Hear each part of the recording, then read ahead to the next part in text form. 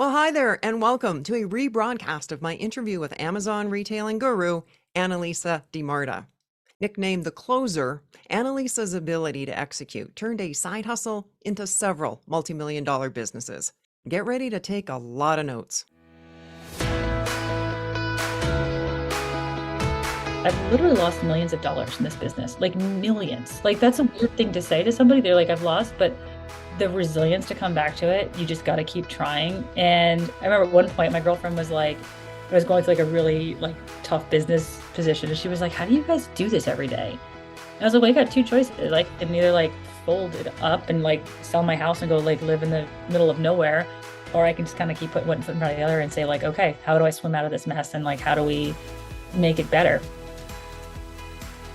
Welcome to Side Hustle Hero, the show that is laser focused to inspire you to take action to start or to scale your side hustle income streams. I'm your host, Joan Posivy, author of The Way Success Works, How to Decide, Believe, and Begin to Live Your Best Life. Today's guest has become very skilled at swimming out of business messes. So much so that a side hustle she started selling used books on eBay morphed into a $5 million a year Amazon business known as Loan Cone, which she recently sold. However, her involvement with Amazon continues through her agency, Ridgeline Insights. This month, she discovered that while there are 2.7 million sellers on Amazon, she's in the top 2,000, meaning her company is in the top 0.0005% of Amazon sellers. If anybody understands selling on Amazon, it's my guest, Annalisa DiMarta. In our interview, Annalisa reveals what it really takes to be a successful seller on Amazon. She shares the sweet spot of how long you should give your product listing a chance, what are the most important aspects you need to pay attention to, and more. There were a lot of options for me to choose which takeaways I'd feature at the end of this episode. Seriously, it was a difficult choice because while she speaks about selling on Amazon, the philosophy behind her advice applies to the majority of side hustle businesses. But I settled on these three things: why and when to jump into a new venture, even if there's the possibility of failure, how to improve your cash flow situation, and how to reframe the feeling of depriving yourself when you're making those smarter cash flow choices.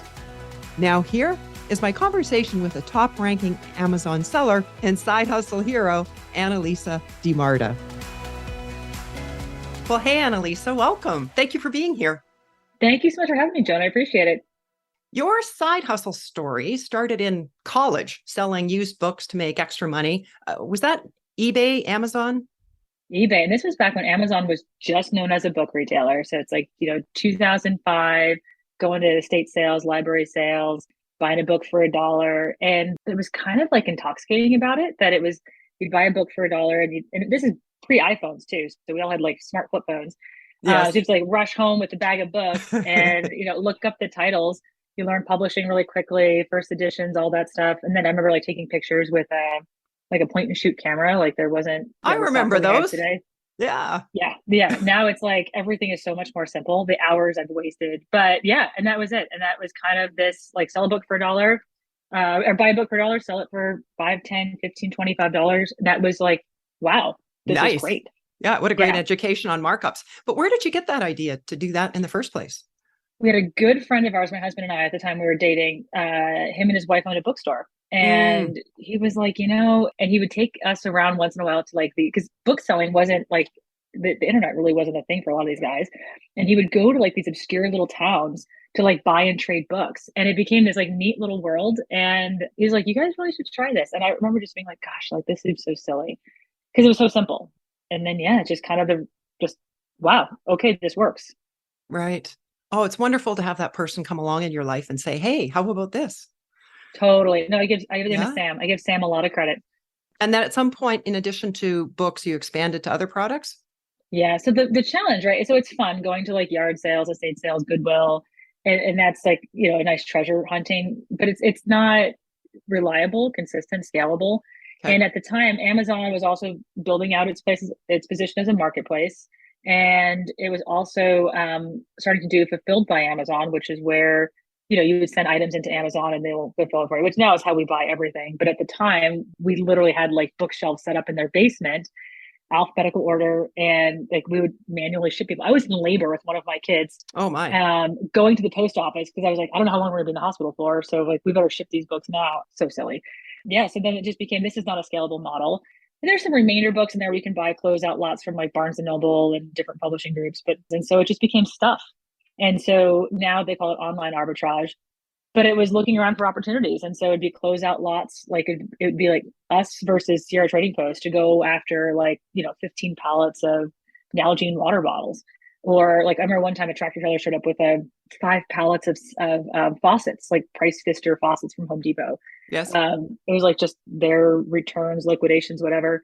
Yeah. And that was like, okay, this is working. And then finally, there's a light bulb moment. We're doing this for a couple of years. And then I just, to put it in context of what the environment looked like, I'd finished my MBA in 2009. And this was right after, the 2008, 2009 recession was like kind of in full swing. Yeah. So having an MBA at that point was like pretty worthless. The jobs weren't there. And my husband was a college professor. So he still had his day job. And I'm sitting around going, man, I could go to work, but I'm going to make like $12 or $15 an hour. And this is kind of silly. Let's just do this. And the side hustle kind of just grew. And from there, we were able to just like start taking ourselves a lot more seriously and say, okay, there's nothing in front of me. I have health insurance through my husband's job. Rather than buy liquidation lots from like different companies, what if I just called companies directly and said, do you mind if I sell your products on Amazon? And I think people were just like, I don't understand Amazon. Sure. As long as you're going to buy something from us, great. And that just became this hodgepodge of stuff and just going after retail accounts and kind of learning through that process of what am I learning from this product A versus B in terms of profitability, in terms of advertising, in terms of positioning, and kind of really building a skill set from there. But it all started with learning how to sell books, like putting a book up on eBay and just looking at the title and saying, okay, this book looks really cool. What are the pieces that I can sell about this book, as opposed to just like saying, here's a book. Like really learning how to make it appealing. Learning that important copywriting piece. Copy, images are everything. Yeah. And I don't have a Photoshop background. I wish I did. But again, me with my point and shoot camera. But yeah, that was a lot of lessons learned through just side hustling it.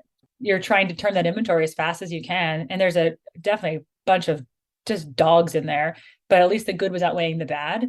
Really trying to mine cash flow was a huge component, a big lesson learned in the early days. I mean, we would do 0% credit cards. We would, try to get terms from vendors and say, okay, like net 60, net 90. Right. Yeah. Like there was a lot of crazy, kind of robbing Peter to pay Paul. And somehow like it worked out until we got to a bank and was like, hey, could we get a line of credit? And they're like, sure. And at that point you were both working, we had full-time jobs. This was a side hustle.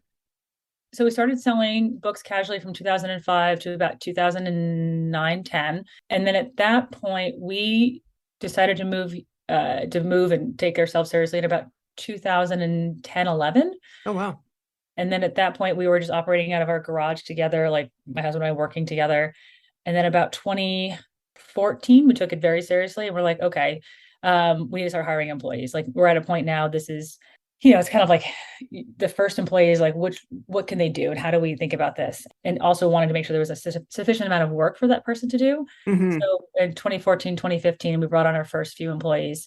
And that was like, okay, now there's a real business. It sounds crazy that there was a real business before, because there certainly was. But yeah, now we're up to about 25 full-time employees in Idaho. And that's like a different ballgame. But yeah. Yes. And so what point did one of you or both of you actually quit your full-time jobs? So I remember like we were sitting around for Christmas. I think I just had, or was pregnant with my first child. And so it was around 2009, 2010. And it was something that my husband was teaching at the University of Rochester. He loved his job, but ultimately like he's looking down the path and he's like, man, I just don't think I can be an academic forever. He did it for 10 years and his job had a lot of travel. And it was just a kind of a burden. I was doing some part-time payroll and we're just looking at this and it was like, we had just closed out our Q4 and our business had generated $100,000. And we're looking at what his salary was and my salary. And we're like, if this is doing 100, I mean, there's overhead, right? There's expenses, but of course. Yeah. Like, okay. So imagine if instead of giving 40, 50 hours a week to the university, like what could we do with this? And it was also this baby was coming and I was like, I like the idea of having some personal freedoms.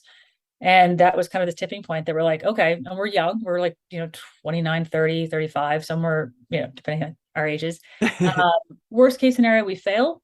Like we are young enough to start over. But like, if we don't try this, I think we'll be more upset by not taking that next step. So yeah, it was just kind of like, wow, $100,000. That was like, holy cow. Like this little book business turned into something that made $100,000. Yeah.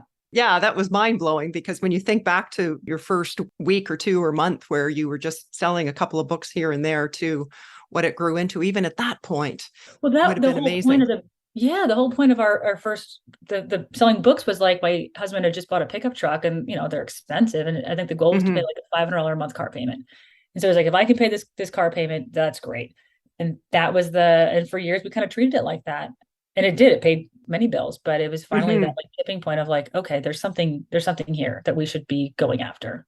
And I love that thinking behind, let's give this a shot, give it our best shot. If it works out, fantastic. If it doesn't, at least we're not going to be playing that what if game, that regret in the future. Yeah. Especially at the ages that you described. I mean, that's the time to do it, to go for it.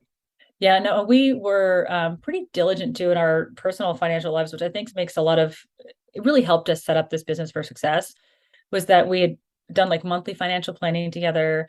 We had just whatever people like about Dave Ramsey, the debt snowball was an incredible tool for us to just start paying down student loan debt and really prioritize spending. And so having this business and being fiscally conservative was really, I think, a really good thing. So then looking at this business, taking this risk, it felt a little more calculated.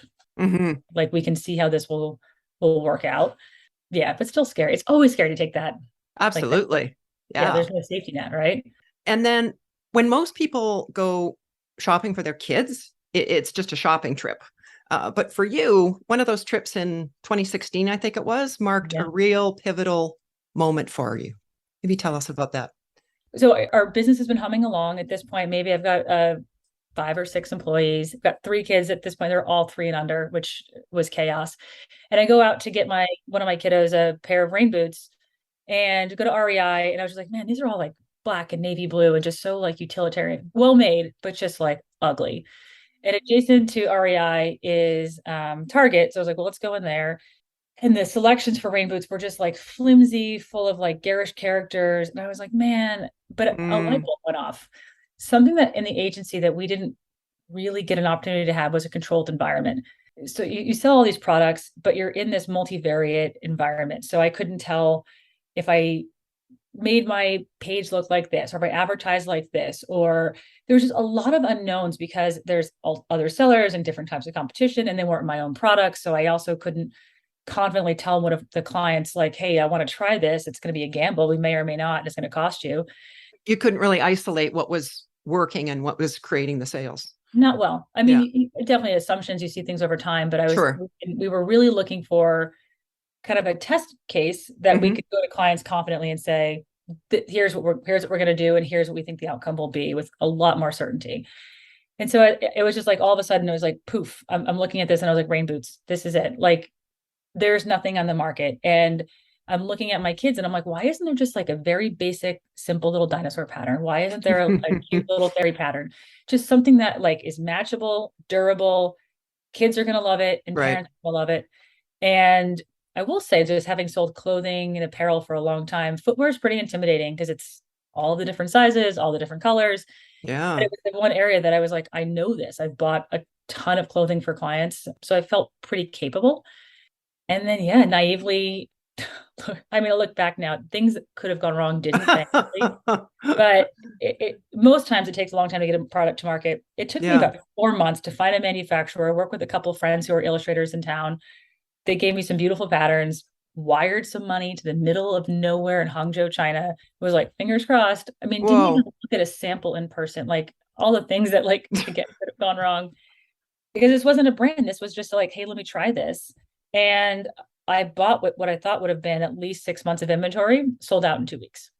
So I launched it August 1st, and by August 12th, I was sold out. So I remember sitting at a trade show just being like, I can't believe people are just buying these. Yeah. So I was like, oh, that was fun. Okay, cool. We learned some things. That's great. And my husband stopped me. He was like, why don't you pursue this? I was like, no, I was like, I don't I'm not a manufacturer. Like that was a little fun project, but like, this is not my world. I'm too busy over here doing our stuff for the agency. And he was like, someone should. If anyone should, you did it. You should keep going. And I'm glad he said that. So I ended up turning that into a $5 million brand over a few years. And I just recently exited from that. So that's been also pretty cool to like have had that experience of gone through a sale of a business. That was pretty eye-opening, and I've learned a lot to now apply to future projects. But yeah, so that was a really good run. So yeah. What a beautiful story of an entrepreneur seeing a need and filling it. Reluctant though. I mean, the reluctant, that'll be the name of your book, The Reluctant Entrepreneur. I mean, I really didn't see it. And I give my husband a lot of credit for, he does a great job of just helping, harness my energy. And so we do work together, but it's nice that we've, separate areas, and that it was really nice having Lone Cone I built out a team. I like, it was all my baby, and it was just a cool opportunity, especially working with overseas vendors. The time, because they are about 15 hours ahead of us. Okay. And so it was just nice having, like, with little kids, I could stay up late or I could get up early, and I was able to still be with my children during the day and still run the company. Yeah. But selling products for someone else is quite different than creating it yourself. Yeah. Because of all the things that you mentioned. Yep. How did that happen? Were there connections that you had that from people that kind of pointed you in the right direction, or how do you find a supplier or like a manufacturer in China? Well, now, I mean, this is also going back. Alibaba was not what it is today. So if someone was to start today, I would say, check out Alibaba, check out, a couple places. Right. I am a little bit of an internet stalker. So like, if you want to find your ex-boyfriend from like 25 years ago, I got it. But what I was doing, it's free. You can go online and look up import records. And so I went to a couple of competitors and I was like, where do you make your products? I look at their import records. And I think many brands now are smart where you can, we did this with Lone Cone, you can mask where your stuff is coming from so that you're not fully on the web. But that was it. I was like, okay, well, if it worked for this brand, it's going to work for me. I think it was like the first email I sent out, like the person replied and was like, sure. I mean, I've made many products since that did not have that win rate. So, and like you said, you were really fortunate that first email that was sent out didn't go to like a scammer. Oh, it could have. I mean, I didn't look at the products. I was like, these seem nice. Like all the things that like I think could have gone wrong. But then I was like, okay, now that I'm taking this seriously, we put a lot more processes in place, and it became much more like, it's not a one-off project. This is like a real business. But yeah, how to do it. So yeah, you can totally go. There's a services called Panjiva or Import Genius. They're really nice programs that makes the search. They do cost money. The search is free. You can do it yourself. So how long did it take you to build up Lone Cone to that $5 million a year level? About 5 years. I really think, and that the lesson I've learned from this is that it's patience. Every year we kind of doubled our numbers, which was really interesting to see. So it's a waiting game. And I think I learned a lot in there about margin, that just because you're making the revenue doesn't mean you're making the money. Like we had one, rain boots, the big time is springtime. We had one disastrous Q4, so holiday, and then a ton of extra inventory. So we're like, okay, cool. We'll try to blow this out during, hopefully there's a wet spring. And it was the most unprofitable Q1 we'd ever had. I think we sold about $1 million worth of product and made about $15,000 all said and done, which is criminal. Yeah. So but lessons learned of just like how to manage inventory well, especially in a size, color variation, learning more about freight. Amazon does charge a lot of fees, especially during holiday. So really saying like, how do we prioritize certain SKUs without giving Amazon all of our profit? Yeah, there's quite a bit to that. So probably could have made some smarter decisions and made more money earlier, but it was an invaluable lessons. I mean, sometimes the best lessons you learn are the ones you learn just through mistakes, right? Absolutely. Especially as your numbers continue to increase, those same mistakes will be that much more costly, but you've learned the lesson to be that much wiser going into the future. I have failed. I'm working on a book, which is kind of like, it became like a cathartic thing. And I've literally lost millions of dollars in this business, like millions. Like that's a weird thing to say to somebody. They're like, I've lost, but the resilience to come back to it, you just got to keep trying. And I remember at one point, my girlfriend was like, I was going through like a really like tough business position. And she was like, how do you guys do this every day? I was like, well, I got two choices. I can either like fold it up and like sell my house and go like live in the middle of nowhere, or I can just kind of keep putting one foot in front of the other and say like, okay, how do I swim out of this mess? And like, how do we make it better? We call it type 2 fun. Like when you get lost in the woods and you're like scared, you're running out of water and it's getting dark, and then you find your car and you're like, oh, that actually was really fun. Yes, yes. I had a lot of type 2 fun in our business. Oh, that's great. We see the numbers and the $5 million business, but to get to that point, here's the reality. So what made you decide you wanted to sell Lone Cone? You know, I wasn't on my list. We got approached about a year before we sold it by an Amazon aggregator. And, you know, the aggregator space was really fascinating. And it just was kind of like, you know, Lone Cone was my baby. And I had a really great team of, well, men and women, but mostly girls that worked with me. And I loved what I did. And I had this number in my head. And I was like, okay, if I launch a few more products, I'll wait a few years, but it's good for me. We always like talking to investors, anybody who wants to acquire your business. Like those are great conversations because they're telling you exactly what you should be doing. We have a great bank now, but we still take calls from banks, and because they're looking at certain metrics, and those are great to see, to kind of read the room and say like, here's how I should be running my business, or here's how I should be positioning myself. And so we took this call just out of like an exploratory call. And I really liked the owner of the aggregator, or I guess he's a CEO, not the owner. Had a great connection, and their plan is to take Lone Cone and make it a household name. They've hired a bunch of really talented folks who I am confident that they will get distribution into bigger places. Like I don't know what their exact plan is, but like Target and Nordstrom's, and those are things that was never up my alley. So it was a really good fit. And then in terms of time, it was just like, okay, you know, I'm looking ahead. Didn't foresee this pandemic coming, didn't foresee the supply chain mess from the post-pandemic. Sure. So in some ways for me, selfishly, it was a really good time to exit. They unfortunately got a little bit of the back end blip, which I don't think my company would have been able to swim through that as successfully as they did. So it just became a really good thing for timing, and it gives us some financial freedom. You know, having a business it's hard. I think people don't realize how much you have to have invested, and there's a lot of ups and downs. And even though we solely own the company, I own all the risk.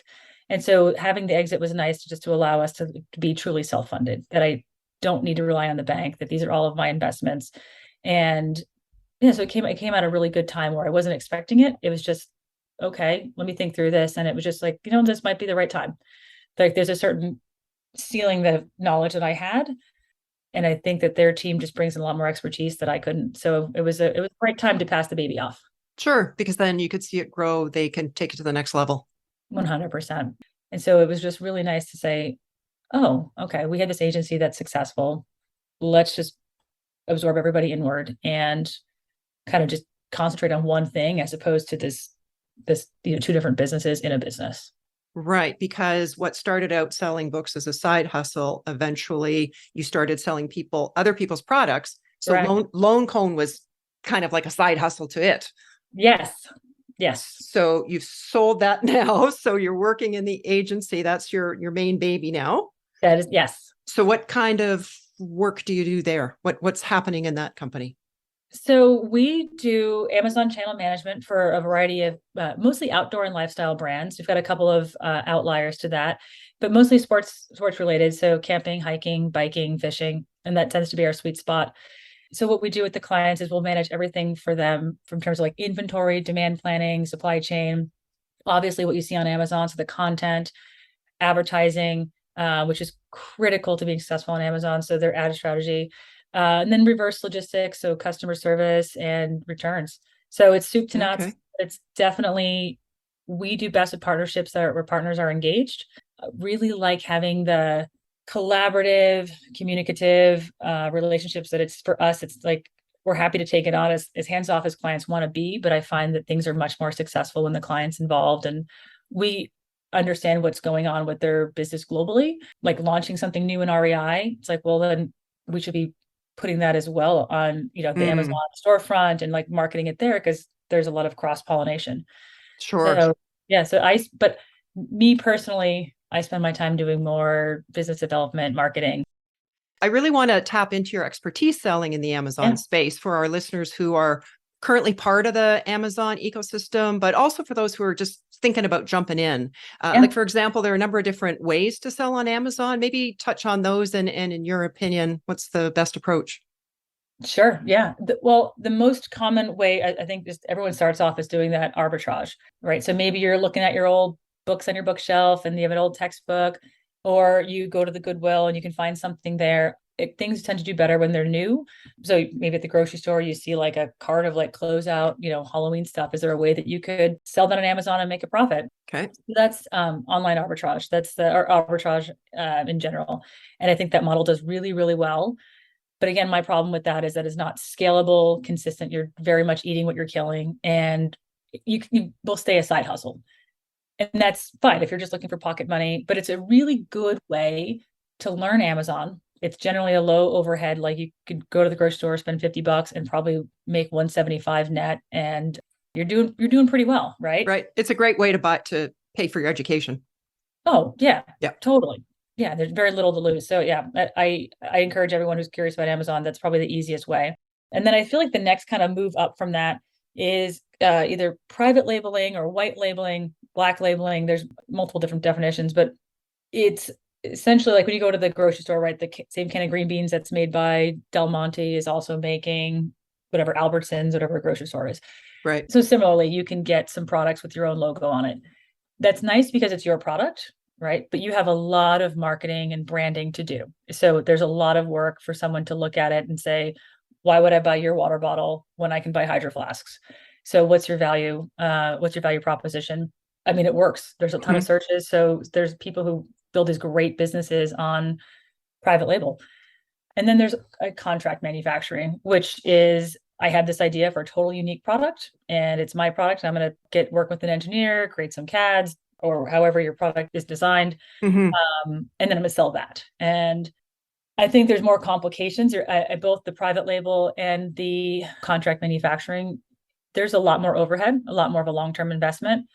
Typically, like just thinking about manufacturing and the cost to manufacture, often factories have minimums, right? They have to set up the line. They have to, they have to set up the line. So there's a switching cost. And in doing that, so they may want 1,000 pieces, they may want 5,000 pieces, and you have to be a good forecaster to say, how much can I reasonably sell and how comfortable am I going to be if this inventory doesn't sell? But you're looking at, if you're spending $5 a widget and it's a 5,000 piece minimum, it's a $25,000 investment right off the bat, plus customs, plus transportation costs, plus warehousing. Yes. So there's a little bit of an upfront investment. But if you can flip that inventory in a reasonable amount of time, you get that money back. And then with the contract manufacturing, there's a lot of engineering costs, a lot of product design costs, that product's not proven out. So maybe you want to make this super unique water bottle. Well, if your first iteration leaks, back to the drawing board, like what happened? And you still have the same, minimums. So those are, I think, probably the three most common ways to enter Amazon. Okay. But typically, I think it's just, that old school arbitrage is the easiest, fastest way to learn. What incorrect assumptions do people often make when they start trying to sell on Amazon? I know we're talking about side hustles. I think a lot of people, I think it goes into two extremes. Okay. I think folks think it's incredibly easy. It's mailbox money, just like list it and you're good. I also see a lot of, and I will say they're predatory courses. So you can buy my course for $500. I'll teach you how to sell. And then you get an hour with me. I think that's doing an unfair service to a lot of folks who just, I think at some point it's just trying. And so I think with that, it's a matter of, if you're Amazon curious, I would encourage anyone to you don't have to pay for a selling account. There's some benefits to a paid account, but it's like 30 or 40 bucks a month. But if you're just starting out, they'll take a little bit more from you. But it's a free way of just saying, how does this work? What is it like? And Amazon has come so far with automations and user experience that now listing a product and managing it is so easy. And that's dangerous, right? So it becomes a little bit like addictive. You're like, I'm making some money, I'm doing some things, and there is kind of a high to it in some ways. But then it's when you start to scale, that's where I think people often really undervalue how hard Amazon becomes. You see a lot of people who recommend just getting a VA from overseas. You can do it really cheap. Usually the Philippines or Pakistan, there's a lot of Amazon support folks internationally based, and they're fairly inexpensive. I see a lot of people who think, I'm just going to get a VA, they're going to know what to do. But like anything else, it's you get what you give. And it's when you're asking people, trying to, get information or get them to perform in a certain way, I think it becomes really hard to manage. It becomes hard to manage talent, especially overseas talent. It's a little bit of a lot of work. So Yeah. I think as you start to get bigger, it's then the investments in systems, the investments in people. And I think to do Amazon well, you have to make those investments. And so I think that's it. The common misconception is that it's like, oh, 4-hour work week, no problem. Like I do get this a lot. Like, oh, you guys sell online, right? So like you don't have an office, and like no, the opposite. I have an office full of people. I'm committed. I have probably less free time now than I used to, but it's worth it. Like I love what I do, so it doesn't feel like laborious. Well, I understand you've bought an office building in Boise, Idaho to run your Yes. operations. Is that Yeah. something that was part of your plan from the beginning? No. No. My husband jokes that I'm like a yard sale haggler. Like I can't pay full price for anything. And I was just walking past a building one day and I was like, I wonder how much they want for this. It was a little rundown. It's like a 1960s old school office building, but it's right, like Boise's booming and it's right next to the hospital. Oh, wow. So they wanted a number and I made him a very low number. He came up like 10,000 above my low number and it took it. And my husband's Wow. like, you're going to do this? And I was like, so we'd spent 2 years remodeling it. Yeah. So it's nice having a little piece of real estate that we can, kind of say this is our building, which we've rented for a long time. So it's nice having it. And our building's cool. And yeah, it's definitely a nice retirement piece. I'll say that much. Yes, that's a very smart. I'm a huge believer in diversification of assets. Yes. Just like multiple sources of income, so that if something goes sideways in one piece, that's not catastrophic. It's just one piece.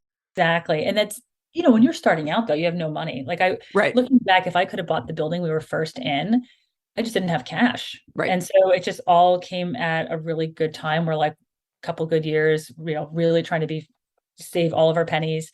And so this building came up and it was at a really low price. I was like, how could I say no?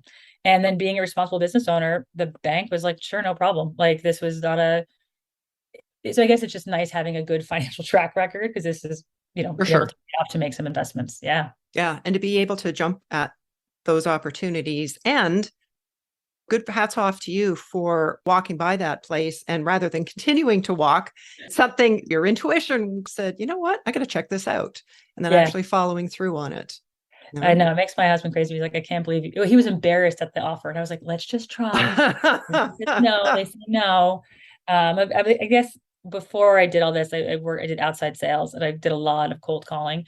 And there's something to, I think, that and waitressing are like the two areas where like you just feel rejection and like society staring at you. And I think I've just kind of lost some of that insecurity. I'm like, oh, well, they say no, they say no. And I move on. That's right. Nothing lost. Yeah. Oh, if everyone understood that though. Oh, I mean, it's hard. I'm watching this now with my 3 kids, and my oldest is 11 going on 12, and her having to make a phone call or having to navigate society in any way. It's painful because she's afraid. And I'm like, well, let's talk through the fear. What are they going to do? And yeah, easier said than done. But good for you for coaching her on that. Thank you. I'd love it if you could give us the scoop on selling on Amazon. Like, what does it really take to be successful selling on the platform? This is something that working with clients, we see a lot. And it's with our clients, they often come to us and they'll say, our biggest competitor in the US is, this brand or that brand. And then when we first engage with them, we're like, hey, have you seen these other brands on Amazon? They're like, oh, we don't consider them a real competitor. And I'm like, well, I can show you their volume. And I think the biggest thing I see amongst clients, which I think carries into everybody else, is really understanding the Amazon marketplace and why would a customer buy from you? And it seems like such a big question, but it really, at the end of the day, it's when you're walking through Amazon and you typed in your keywords, maybe typed in like outdoor light bulb or school backpack, right? You're looking at the first page that comes up. Why is someone going to click into your product? And I think like for factories, like Factory Direct, you get that on pricing. So your customer's going to click in because you're the least expensive option and it's serviceable and it's fine, right? Obviously, there's major brands on there. Yep. So like, GE is going to sell you a light bulb or JanSport's going to sell you a backpack. So they're already going to win there on brand equity. So it's all of this in between. Why would a customer click into you? And I think if you can start to understand your product, your target customer, you will be successful. So look at the images that you're putting out there.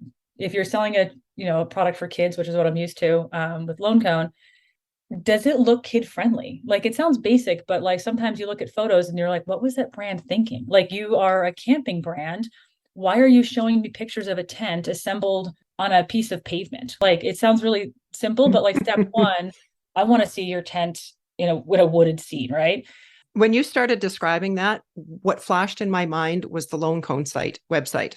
It reflects the product beautifully. Thank you. It's gorgeous. Websites are a labor of love. We've done a lot of work on websites for years. Yeah, so I think to be successful is really knowing your customer and really thinking that in Amazon and your Amazon listing, it's a fluid, it's a rough draft, it's a constant work in progress.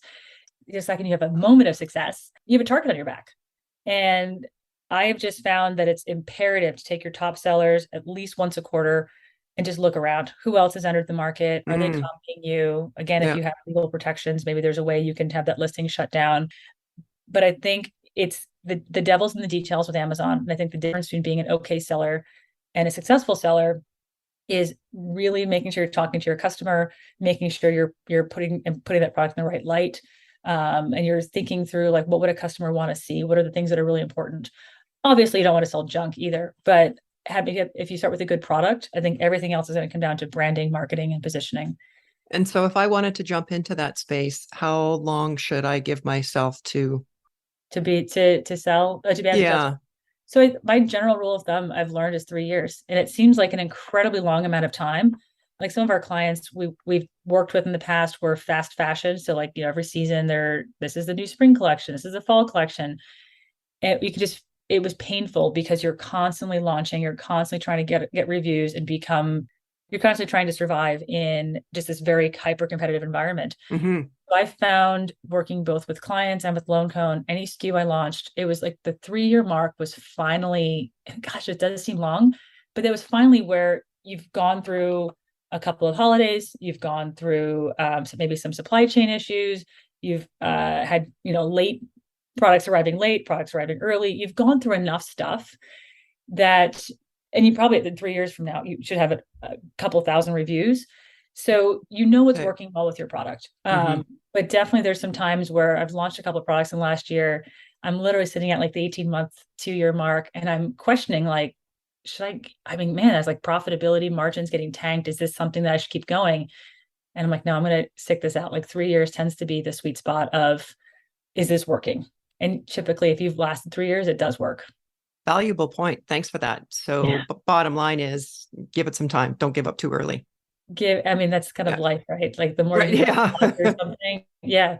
That's, and also like there's a lot of competitors who managing inventory is a challenge and cash flow or maybe they run into an issue with Amazon and their account gets shut down because they're doing something they shouldn't be. Competitors come, competitors go. Mm-hmm. And even amongst the bigger brands, we would have major brands come on and all of a sudden their listings weren't there. So that's where I think 3 years is just this really solid amount of time to just kind of go through enough experiences and feel confident in going to year 4. Mm-hmm. Great. So what's next for Ridgeline Insights? Yeah, lots of stuff. So we've had, tremendous success. I give a lot of credit to, the pandemic pushing e-commerce. Mm-hmm. So we've had a ton of great clients come in and take our services on. And we've done a great job with retention. Ken and I, my husband, Ken and I feel we treat our people like people. And I think as a result, like the great resignation, I'm not saying that, life is perfect. Like every employer, in every family, we have our issues, but I have an amazing team and we've just hired a couple new folks to add in some fresh talent. So I'm really trying to grow the agency. I think we've had a ton of success with word of mouth. And I think now is the time for us to really do some true marketing, get our name out there. We work with big clients. We've got such great, good case studies and wins. And we've done a terrible job of externally communicating it. So I would all the energy I put into Loan Cone was a lot of fun. And now it's been fun for me to kind of switch on instead of going, B2C, I'm now doing B2B. Mm-hmm. And I've really enjoyed kind of this world for myself. And so I'd like to see where marketing agency goes and, continue to add clients. So you want to stop being the best kept secret? Self-promotion is the hardest thing. And there's so many people who are great at it. And you watch how they I've got a girlfriend of mine who does her own PR, and I'm always in awe. Like she sends out this great like Monday morning email and the stuff she puts on LinkedIn. And yeah, I'm like, no, I'm like, we're too busy, heads down. And it's, yeah, shame on us. So Yeah. yeah, I aspire to be better at putting myself out there more. Yeah. Awesome. I look forward to Side Hustle Hero helping in that, getting word out for you. So there Yes. you go. Yes. What's the best way for our listeners to connect with you? I'm a huge fan of LinkedIn, mostly LinkedIn for business. So you can look me up, Annalisa DiMarta. And I'm also on TikTok. I've found that's been my favorite place to go, not only for entertainment, but I love the information. So you'll find me both in both spots. And either way, I'd love to connect with you. Great. I'll sure to have those links in the show notes. Thank you. As someone who knows about launching a side hustle and what it takes to scale it, what's your best tip, hack for overcoming fear and self-doubt to propel one to actually take action? Yes, be realistic. So if you're wondering why you are afraid of taking that next step, I mean, if you're going from like a music teacher to like a rocket scientist, that's going to be a couple of hurdles, right? But I think most of the time that we just get in our own heads, I think it's this fear of failure. So my advice is or my comment to this is you are going to fail. I've failed. So get over it. It's going to happen. You are. That's right? it. Yeah. It's micro failures. And Yeah. it's about like the law of averages. We had this like infinite wall of worry, and you got to just start climbing over it. And someone told me this years ago, and it stuck with me, and it's the way we run our business now, is spend a little, learn a lot, or risk a little, learn a lot. And so if you're thinking about making the step into selling on Amazon, it's how can you do this in a calculated way that you feel comfortable with? And maybe a little for you is $50, maybe a little is $10,000. But whatever you're doing, I think it's so important to do that hindsighting, reflect, like, what did you learn? You're gonna fail. Like you're gonna screw up somewhere, you're gonna owe someone some money, you're gonna like have something shut down, like you are gonna have some scary things that will occur, or maybe things aren't selling. It's those little micro failures that really allow us to be successful. So I encourage everyone to take the step. Risk tolerance is just a subjective way of thinking. I think, yeah, just be realistic, but spend a little, learn a lot. Thank you so very much, Annalisa, for your insider's perspective on selling on Amazon, for sharing your story. So very inspirational, and for being today's side hustle hero. Joan, thank you so much for the opportunity. This was a lot of fun. And yeah, I side hustle to multi-millionaire. Shoot, if I can do it, I know anyone listening probably could do it. Fantastic. Thanks again. You heard Annalisa talk about how a review of the bookkeeping at one point of their side hustle revealed that they brought in gross earnings of $100,000. That was a wake-up call that prompted her and her husband to jump into the business full-on, full-time.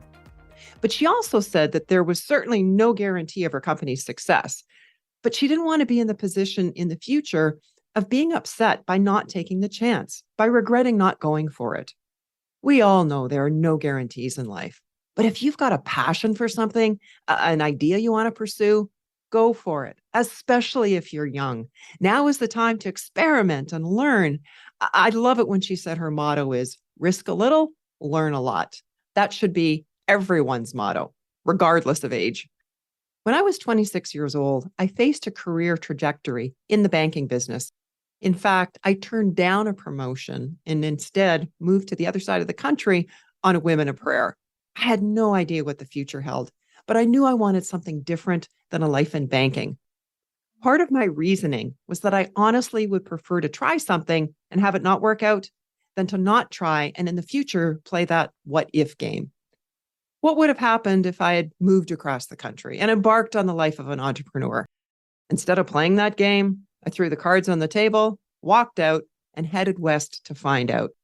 While I do subscribe to the opinion that the objective should be to raise our income to exceed our expenses, rather than just looking at cutting back expenses, that's a second tier. The first tier is to work at creating a situation where our base expenses are more than covered by the amount of money that's coming in every month. Ideally, that's through passive income, but at the moment, it may be through your full-time or part-time employment. The foundation piece of our financial freedom is to first start looking at cash outflows. If more money is going out each month than coming in, Take a close look at where you're spending. Obviously, food, accommodation, transportation are essentials, but where can you cut back? How many streaming services every month do you need?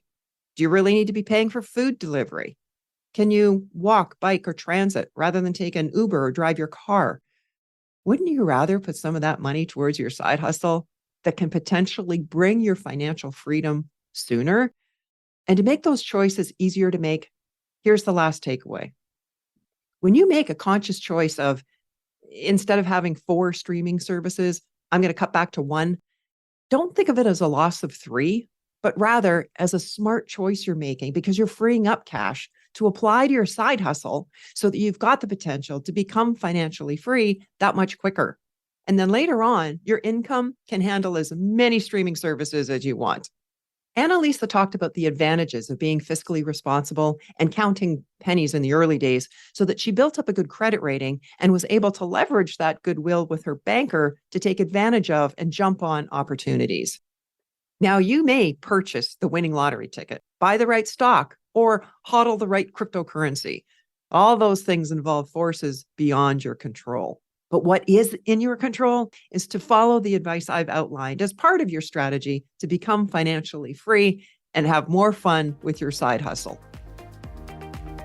Well, that's a wrap for today. You'll find the links we've mentioned and the show notes on our website, sidehustleheropodcast.com. And I'd love to hear your feedback on the show, on the guests, how this podcast is helping you. What areas could we do better? Shoot me an email message to hello@joanposivy.com or by DM on Instagram @JoanPosivy. Thanks for listening and hustle on.